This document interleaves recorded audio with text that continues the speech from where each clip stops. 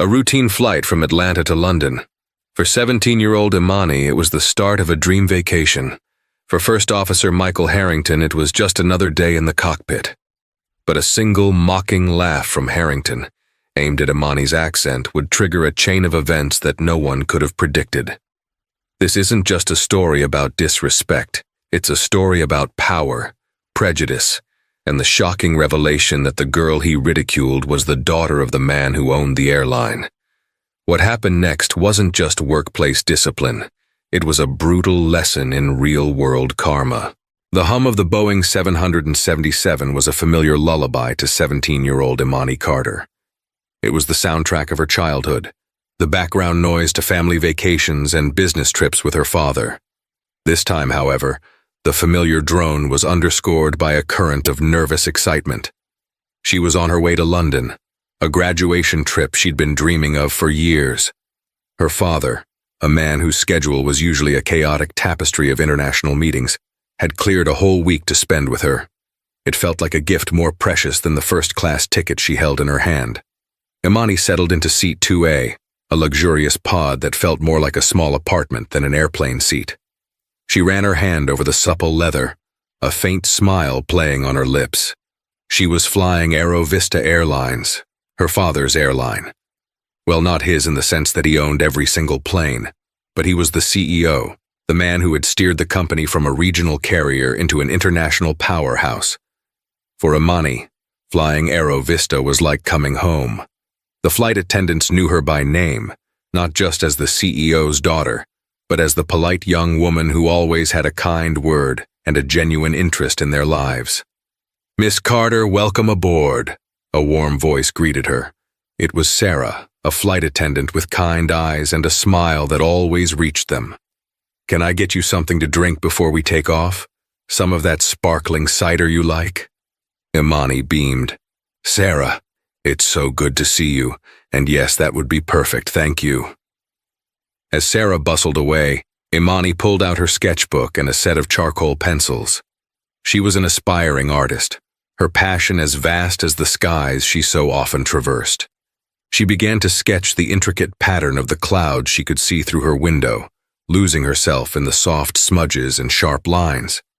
The pre-flight announcements began, the captain's voice a steady, reassuring baritone. Then, the first officer's voice came over the intercom. It was a younger voice, crisp and professional, but with an underlying tone that felt different. It wasn't the warm, welcoming tone she was used to from Aerovista pilots. "Good morning, ladies and gentlemen. This is your first officer, Michael Harrington. We're expecting a smooth flight over to London Heathrow today, with an estimated flight time of 7 hours and 45 minutes. Cabin crew, please prepare for departure." There was nothing overtly wrong with his announcement, but something in his clipped, almost dismissive tone made Imani look up from her sketchbook. She glanced towards the front of the cabin, but the cockpit door was already closed. Shrugging it off, she returned to her drawing. About an hour into the flight, after the meal service, Imani felt a pang of hunger. The Wagyu beef had been delicious, but she was craving something sweet. She unbuckled her seatbelt and made her way to the galley, where Sarah was chatting with another flight attendant. "Hey, Sarah," Imani said, her voice soft. "I was just wondering if there were any of those little chocolate lava cakes left. I know they're usually for the dessert service later, but..." Sarah's face lit up. "Of course, sweetie. Let me just warm one up for you. You know, your father always says those are the secret to a happy flight." As Sarah turned to the small oven, the cockpit door opened and First Officer Harrington stepped out. He was tall and blonde, with the kind of chiseled good looks that seemed to be a prerequisite for a leading role in a Hollywood movie.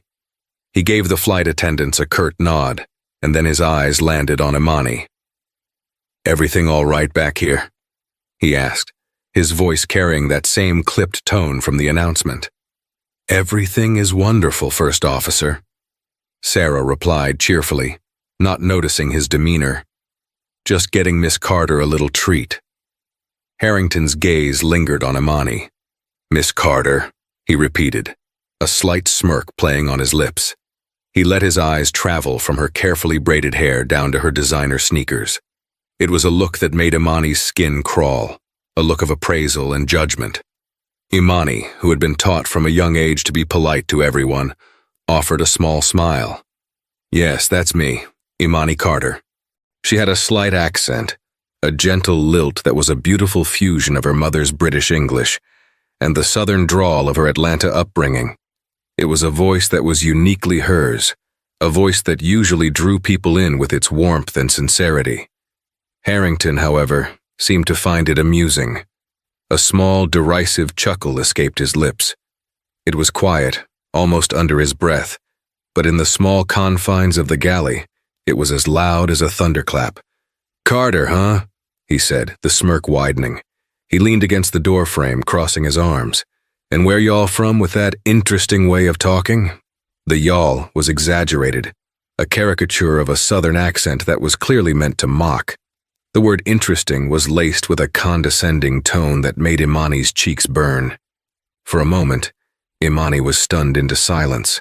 In all her years of flying, of interacting with hundreds of Aero Vista employees, no one had ever spoken to her like that.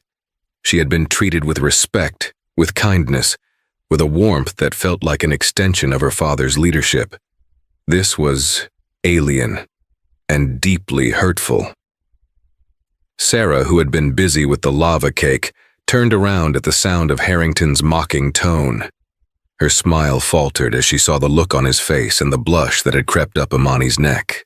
She opened her mouth to say something, but Imani, recovering her composure, spoke first. Her voice was quiet, but firm. "I'm from Atlanta, sir." Harrington let out another soft, humorless laugh. "Atlanta, right. Well, you have a good flight now, Imani from Atlanta." He lingered for a moment longer, his eyes still holding a spark of amusement, before turning and disappearing back into the cockpit. The door clicked shut, leaving a heavy silence in his wake. Sarah rushed to Imani's side, her face a mask of concern. "Imani, I am so sorry. I don't know what's gotten into him. That was completely out of line." Imani tried to force a smile, but it didn't quite reach her eyes. It's okay, Sarah. Really." But it wasn't okay. The warmth of the cabin suddenly felt cold. The familiar hum of the engines now seemed to mock her. The lava cake that Sarah placed in her hands, usually a source of simple joy, now seemed tasteless. She retreated to her seat, the pilot's condescending laugh echoing in her ears. For the first time in her life, on her father's airline, Imani felt like an outsider. She felt small, judged, and unwelcome. And as she stared out at the endless expanse of blue, a sense of dread began to creep in. This was only the beginning of the flight. What else would she have to endure? The dream vacation to London suddenly seemed a million miles away. Michael Harrington settled back into his seat in the cockpit, a self-satisfied smirk still playing on his lips. He glanced at Captain David Rogers, a veteran pilot with silvering hair and a calm, steady presence. Rogers was focused on the instrument panel, his brow furrowed in concentration as he monitored the flight's progress. "You know," Harrington began, his tone light and conversational, "the CEO's daughter is back there." Rogers grunted in acknowledgement, his eyes not leaving the controls. "I know. Sarah mentioned it during the pre-flight briefing.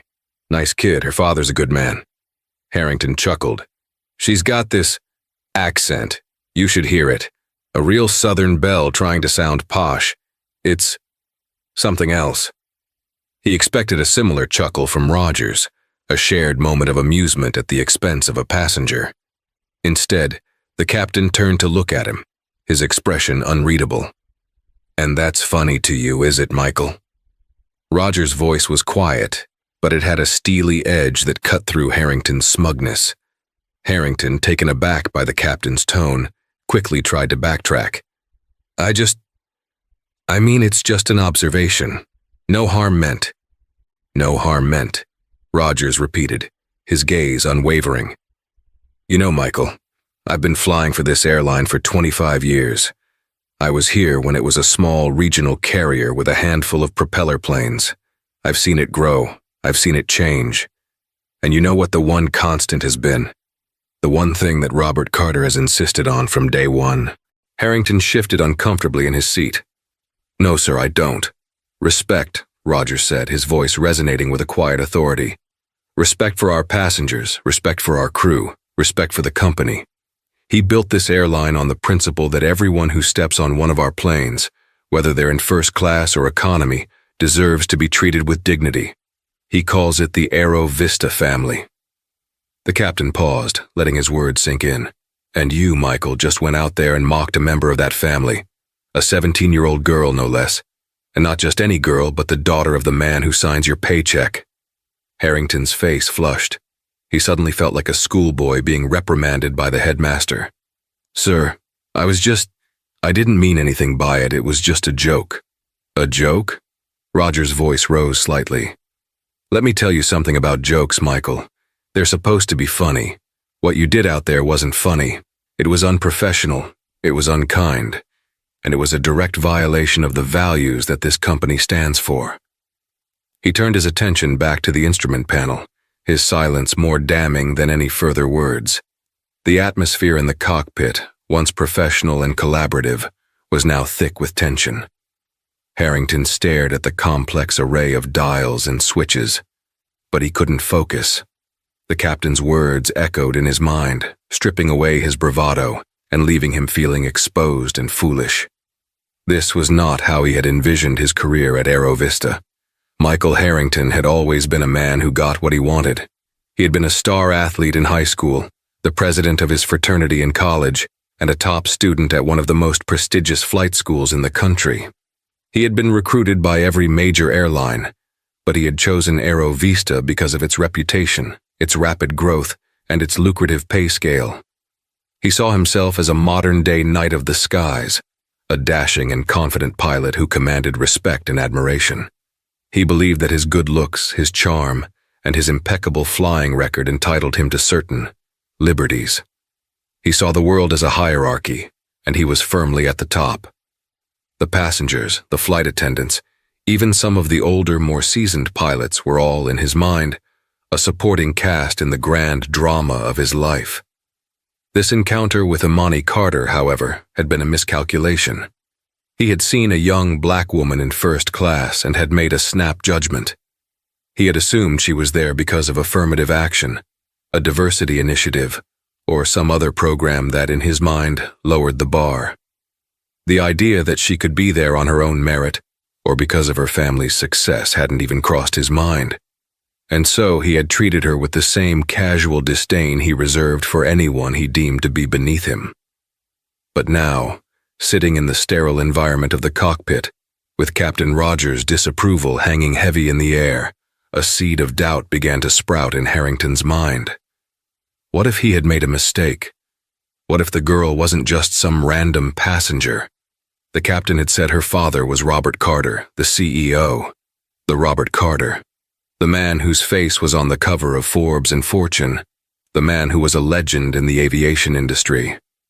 A cold knot of fear began to form in Harrington's stomach.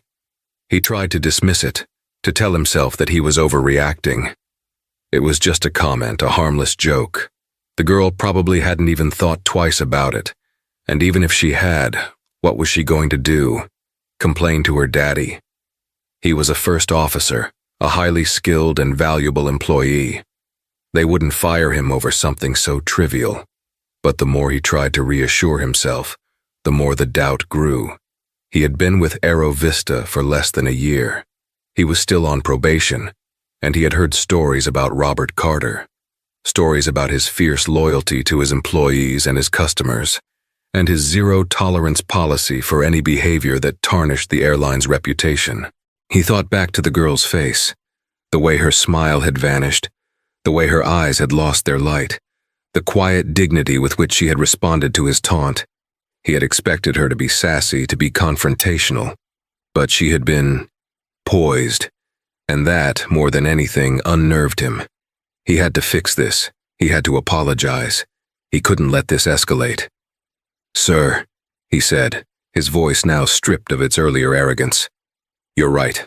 I was out of line. I'd like to apologize to Miss Carter." Captain Rogers didn't look at him. He continued to stare straight ahead, his hands resting lightly on the controls. "That's a good start, Michael, but I think you'll find that some things, once broken, are not so easily mended." The captain's words were prophetic.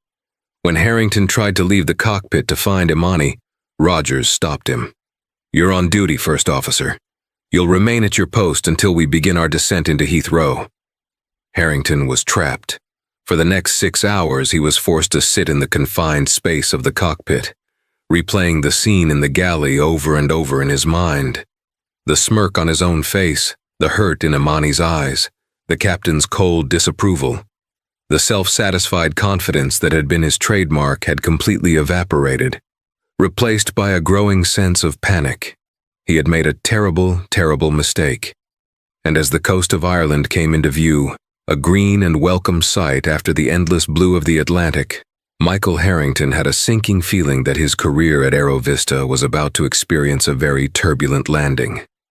He had laughed at a girl's accent, a girl he had judged on sight, and now the consequences of that laugh were beginning to unfold, a slow and terrifying descent into a reality he had never imagined. The unraveling of First Officer Michael Harrington had begun.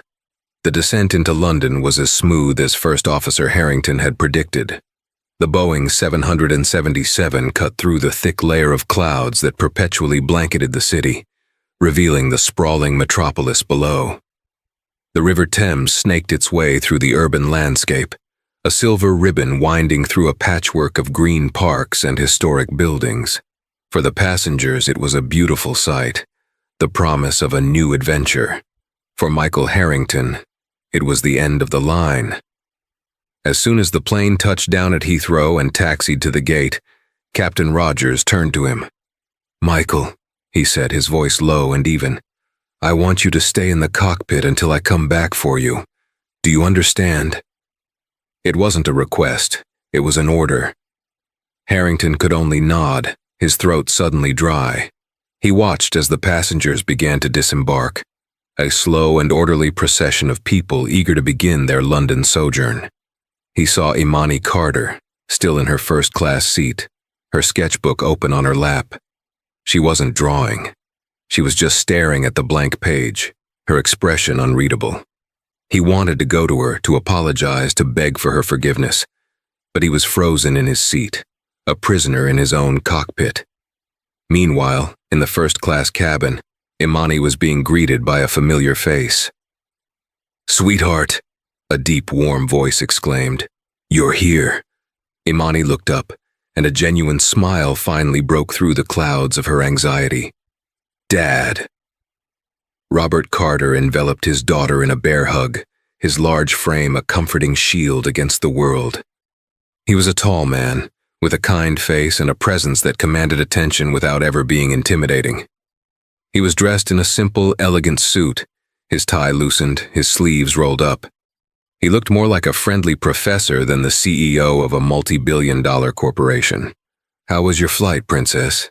he asked, pulling back to look at her. "Did Sarah take good care of you?" Imani's smile wavered for a moment. She didn't want to spoil the reunion, didn't want to start her vacation with a complaint.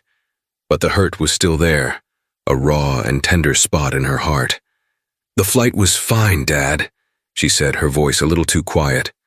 Robert Carter, a man who had built his career on reading people, immediately sensed that something was wrong.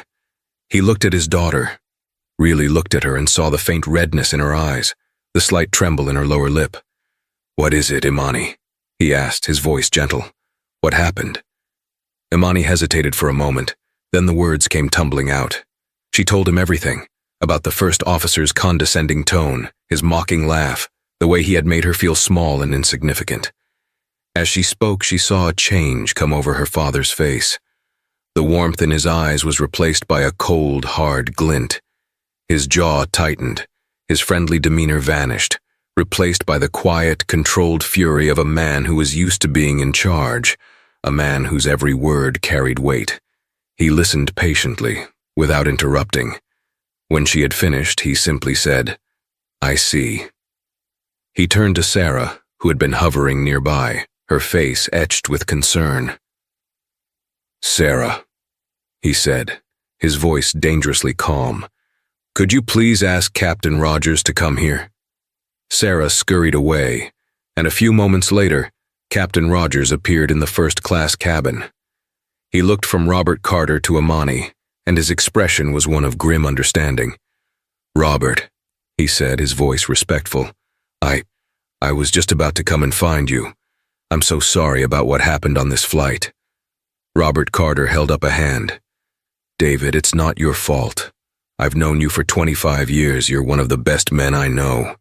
He paused, then asked, "The first officer, Harrington, is he still on the plane?" "Yes, sir," Rogers replied. "He's in the cockpit. I told him to wait there." "Good," Carter said. "I'd like to have a word with him." He turned to Imani. "Sweetheart, why don't you go with Sarah to the lounge? I'll be there in a few minutes." Imani nodded, her eyes wide. She had seen her father angry before, but never like this. It was a quiet, controlled anger that was far more terrifying than any shouting or yelling. She allowed Sarah to lead her off the plane and into the bustling terminal. Robert Carter, flanked by Captain Rogers, walked towards the front of the plane. The few remaining passengers and crew members in the cabin seemed to sense the shift in the atmosphere. The air crackled with a tension that was almost palpable. They reached the cockpit door. Captain Rogers opened it, and there, sitting in the first officer's seat, was Michael Harrington. He looked up, his face pale, his eyes filled with a dawning horror. He saw Captain Rogers, his expression grim. And then he saw the other man, a man he didn't recognize at first, a tall, well-dressed black man with an aura of quiet authority. "First Officer Harrington," Captain Rogers said, his voice formal. "This is Mr. Robert Carter." The name hung in the air, a death knell for Harrington's career. The man he had dismissed as a diversity hire's father, the man whose daughter he had mocked and ridiculed, was standing before him. And he was not just a father. He was the father, the CEO, the man who held Harrington's entire future in the palm of his hand. Michael Harrington felt the blood drain from his face. The cockpit, which had felt so spacious and powerful just a few hours ago, now felt like a cage. And the man standing in the doorway was not just a CEO. He was a judge, a jury, and Harrington suspected, an executioner. The quiet fury in Robert Carter's eyes told him everything he needed to know. His time at Aero Vista was over, but the consequences, he was beginning to realize, would be far more severe than just losing his job. Robert Carter stood in the doorway of the cockpit, his silence a more potent weapon than any angry tirade. He simply looked at Michael Harrington, his gaze a mixture of disappointment and cold fury. Harrington, for his part, felt as if he were shrinking under the weight of that gaze. The swagger and self-assurance that had been his constant companions had evaporated, leaving behind a raw, desperate fear. "Mr. Carter," Harrington stammered, his voice barely a whisper. "Sir, I am so sorry. I don't know what to say." Robert Carter took a step into the cockpit, the space suddenly feeling much smaller. Captain Rogers remained at the door, a silent and stoic witness. "You don't know what to say?" Carter's voice was soft, almost conversational, yet it carried an undercurrent of steel. "That's interesting, Mr. Harrington, because an hour or so ago you seemed to have plenty to say to my daughter." Harrington flinched as if he had been struck. "Sir, it was a mistake. A stupid, foolish mistake. I was unprofessional. I was a jerk. I am so sorry. I would like to apologize to her personally. I will do anything to make it right." "Anything?" Carter repeated, a flicker of something unreadable in his eyes. He walked around the small space, his hand trailing lightly over the back of the captain's chair. "You know, Mr. Harrington, I built this airline from the ground up. I started with 2 leased planes and a dream. I worked 20-hour days, I mortgaged my house, I poured my entire life into this company. And I didn't do it just to make money. I did it because I believe in something. I believe in connecting people, in making the world a smaller place. And I believe that every single person who steps onto one of our planes deserves to be treated with respect and dignity." He stopped in front of Harrington, his eyes locking onto the young pilot's. My daughter, Mr. Harrington, is the most important person in my life. She is a kind, intelligent, and compassionate young woman. She is also a passenger on this airline, and you, an employee of this airline, made her feel small. You mocked her, you belittled her, and you did it with a smile on your face. The CEO's voice never rose, but its quiet intensity was more unnerving than any shout. You talk about making things right, but how do you make this right, Mr. Harrington? How do you undo the hurt you caused? How do you erase the memory of your condescending laughter? Harrington was speechless. He had no answer. There was no answer. Carter continued. You see, this isn't just about my daughter. It's about the culture of this company. It's about the message we send to our employees and our passengers. And the message you sent today is that it's okay to be a bigot. It's okay to judge people based on the color of their skin or the way they talk. And that, Mr. Harrington, is a message I will not tolerate. He turned to Captain Rogers. David, I want you to escort Mr. Harrington to the crew lounge. I want his credentials, his ID, and his wings. He is suspended, effective immediately, pending a full investigation. Harrington's head snapped up. Suspended? Sir, please, don't do this. I'll do anything. I'll take a pay cut. I'll work extra shifts. I'll apologize to every single passenger on this plane. It's too late for that, Mr. Harrington, Carter said, his voice final. You had your chance to be a decent human being, and you failed. Now, you will face the consequences. Captain Rogers stepped forward and placed a firm hand on Harrington's shoulder. Come on, Michael. Let's go. Harrington, defeated and broken, allowed himself to be led out of the cockpit. As he walked through the now empty first-class cabin, he felt a profound sense of shame. The luxurious seats, the elegant decor, the very air of exclusivity that he had once so admired now seemed to mock him.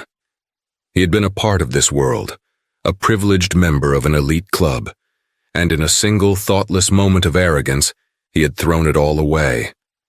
In the crew lounge, the reality of his situation began to sink in.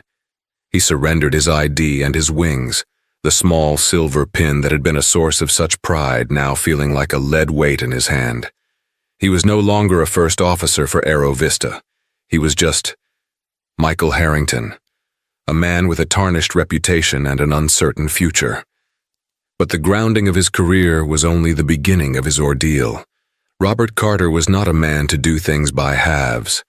He was a man who believed in consequences, and he was about to teach Michael Harrington a lesson in karma that he would never forget. Back in his office at the Aero Vista headquarters at Heathrow, Robert Carter made a series of phone calls. He spoke to the head of his legal department, the head of human resources, and the head of public relations. He laid out the situation in clear, concise terms. He wanted a full and thorough investigation. He wanted to know if this was an isolated incident or if Harrington had a history of similar behavior. And then he made one more call. A call to a man named Thomas Sterling, a senior partner at one of London's most prestigious law firms, a man who owed Robert Carter a favor.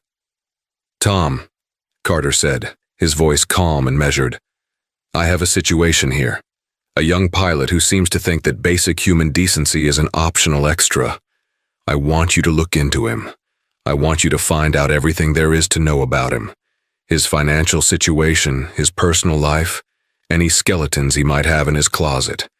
I want to make sure that when he leaves this company, he understands the true cost of his actions. There was a pause on the other end of the line.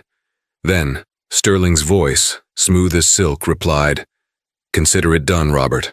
I'll have my team on it first thing in the morning. Robert Carter hung up the phone. He looked out the window at the planes taking off and landing, a constant and reassuring rhythm of activity. He had built this airline on a foundation of respect, and he would do whatever it took to protect that foundation. Michael Harrington had laughed at his daughter. He had mocked her accent. He had made her feel small. And now Robert Carter was going to make sure that Michael Harrington understood the true meaning of the word grounded, not just from flying, but from the privileged life he had taken for granted. The karma, as they say, was coming, and it was going to be a very hard landing. For the first few days after his suspension, Michael Harrington existed in a state of suspended animation. He stayed in his small London flat, the one that Aero Vista had so generously provided for him, and waited. He replayed the events of the flight over and over in his mind, each time with a growing sense of disbelief. How could he have been so stupid? How could he have let his arrogance and his prejudice lead him to this point? He tried to convince himself that it would all blow over. He was a good pilot, a valuable asset. They wouldn't fire him. They would reprimand him, maybe make him attend some diversity training, and then, after a suitable period of penance, they would let him fly again. He clung to this hope, this fragile lifeline in the swirling vortex of his anxiety. But as the days turned into a week, and the silence from Aero Vista became a deafening roar, his hope began to dwindle. The phone calls he made to the HR department went unanswered. The emails he sent to Captain Rogers were met with a stony silence. He was a ghost, a non-entity. He had been erased from the Aero Vista family. And then, the real nightmare began.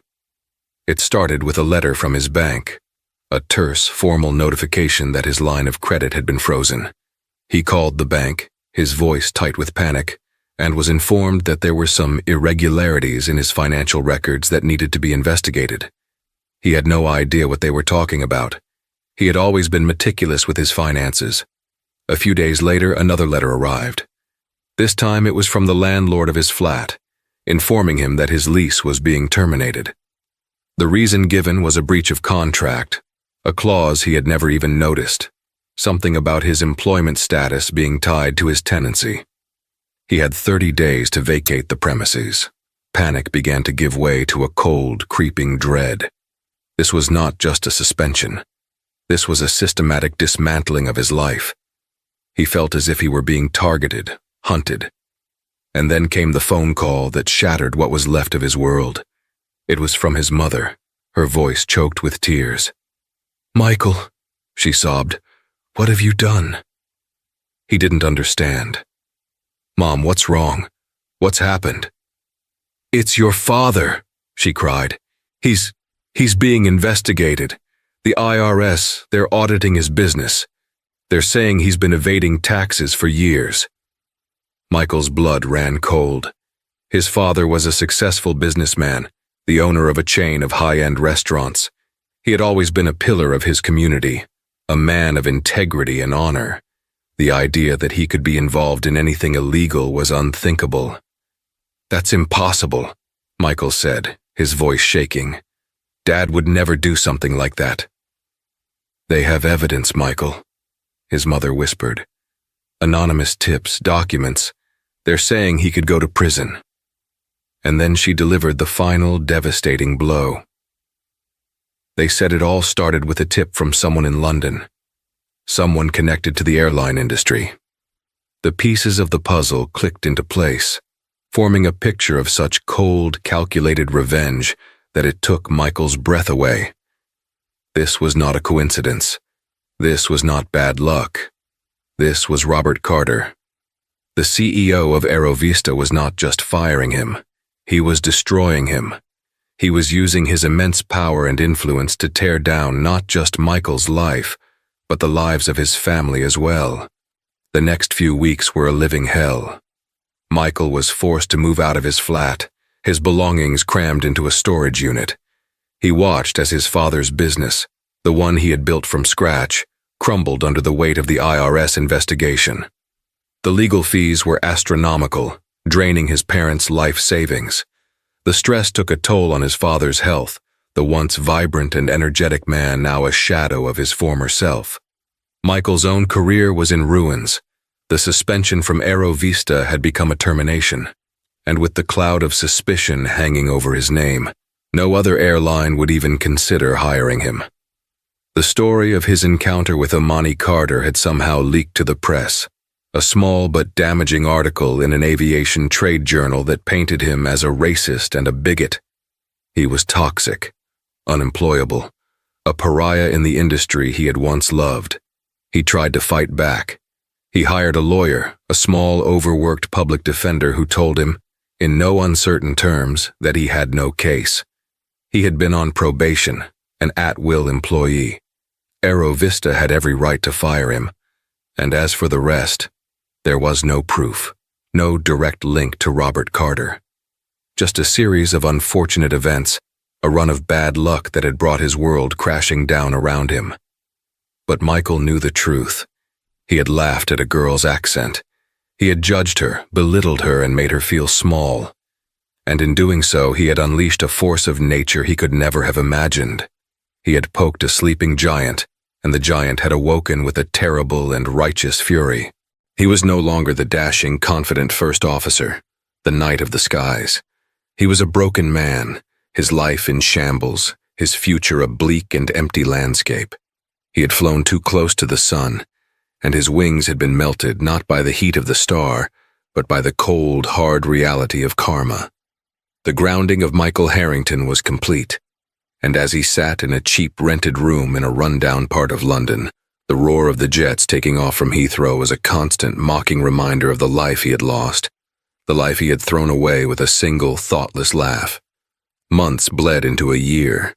For Michael Harrington, it was a year of relentless, soul-crushing despair. The high-flying life he had once known was a distant, almost unimaginable memory. His days were a monotonous cycle of searching for jobs he would never get, of watching his savings dwindle to nothing, of dealing with the fallout from his father's legal battles. The IRS investigation had eventually concluded.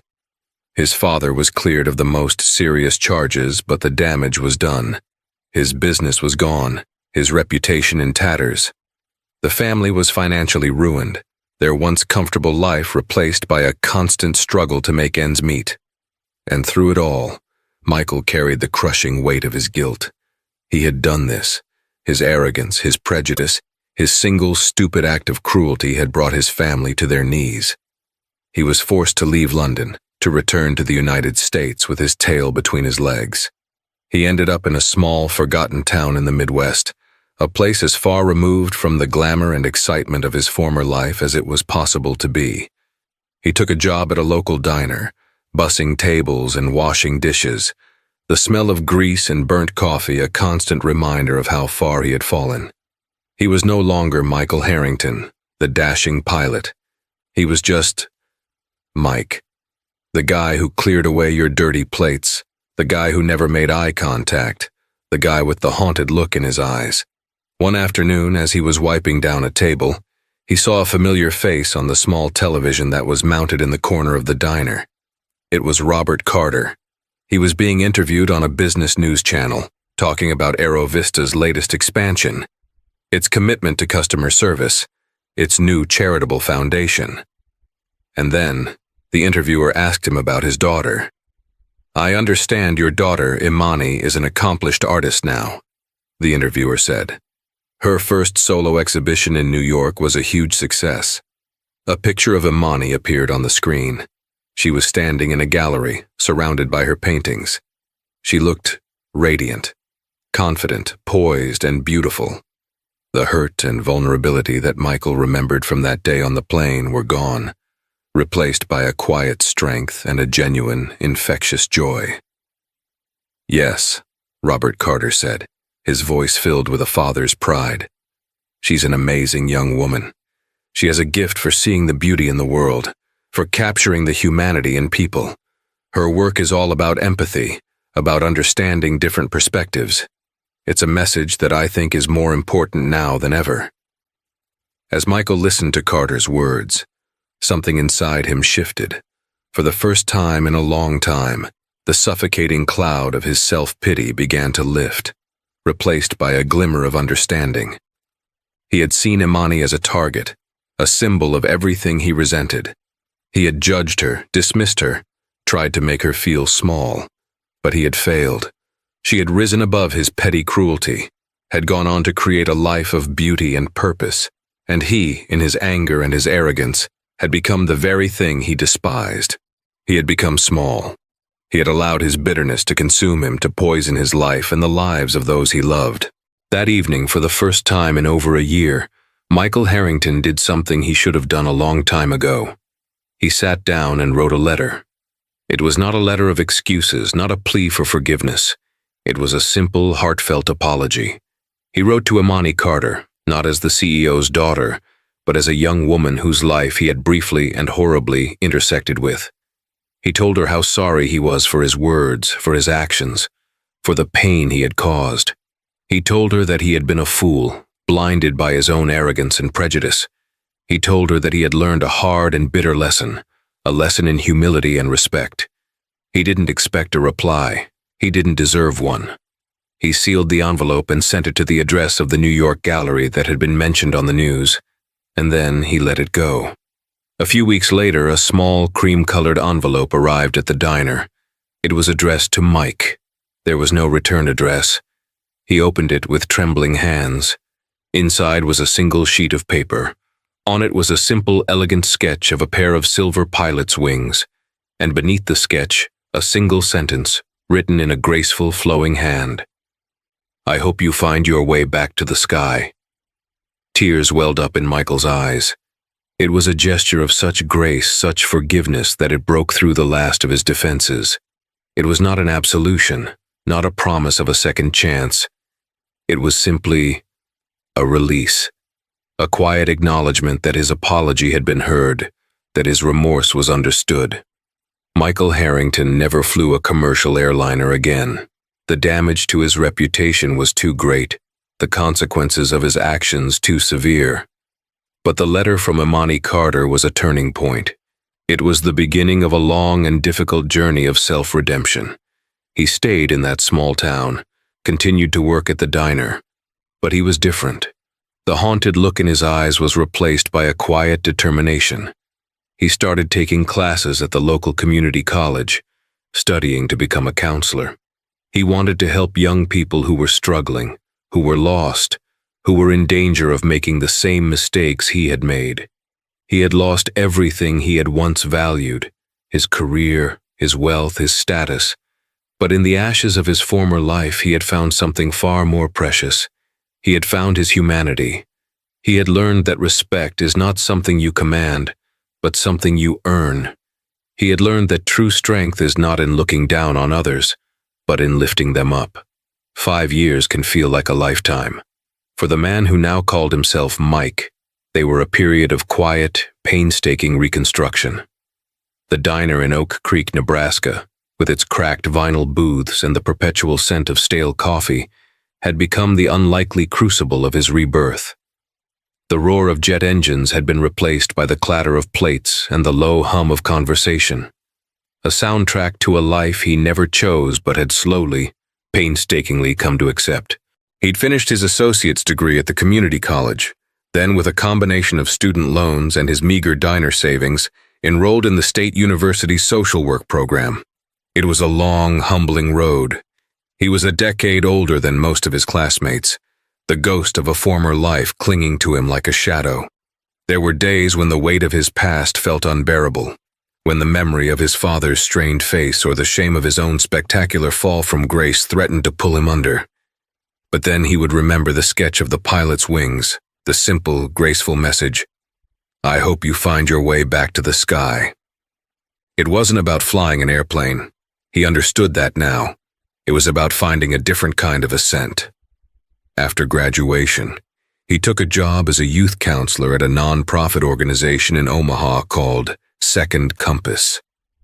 It served at-risk teenagers, kids who were teetering on the edge of the same cliffs of arrogance and anger that he had so spectacularly thrown himself from. His office was a small, windowless room, a far cry from the panoramic view of a Boeing 777 cockpit. But it was his. His work was a daily exercise in humility. He listened to stories of poverty, neglect, and violence that made his own privileged upbringing seem like a fairy tale.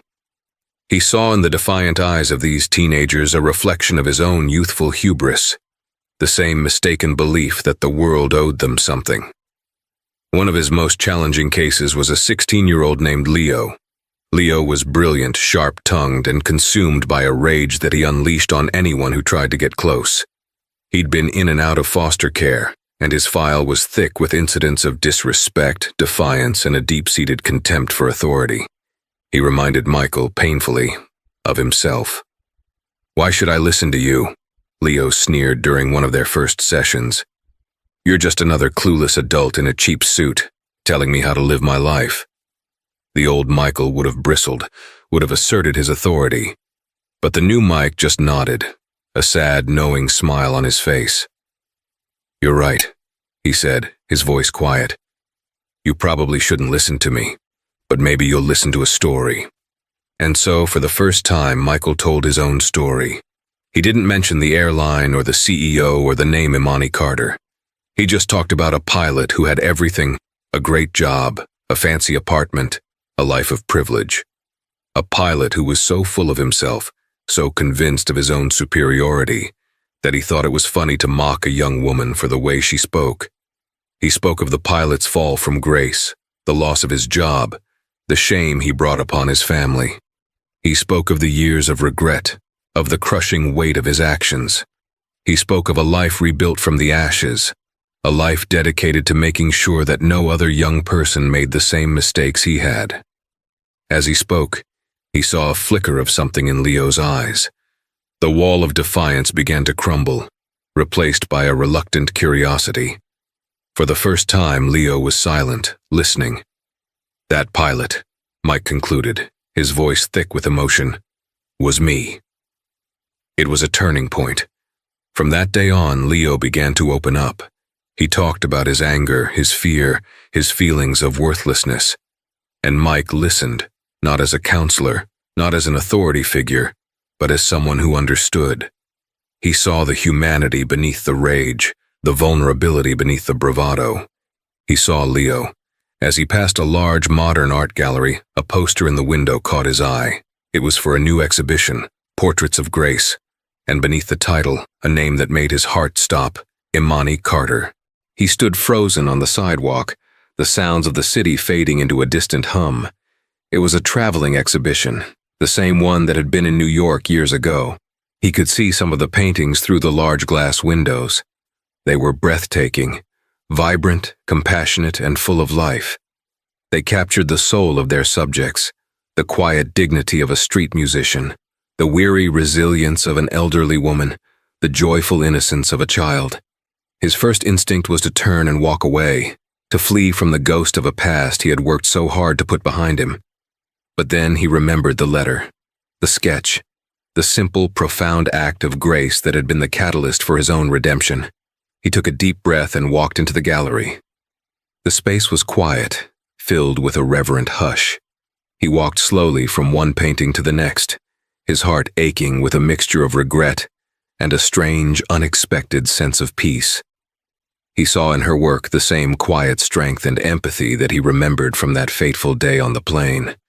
She saw the good in people, the beauty in their imperfections.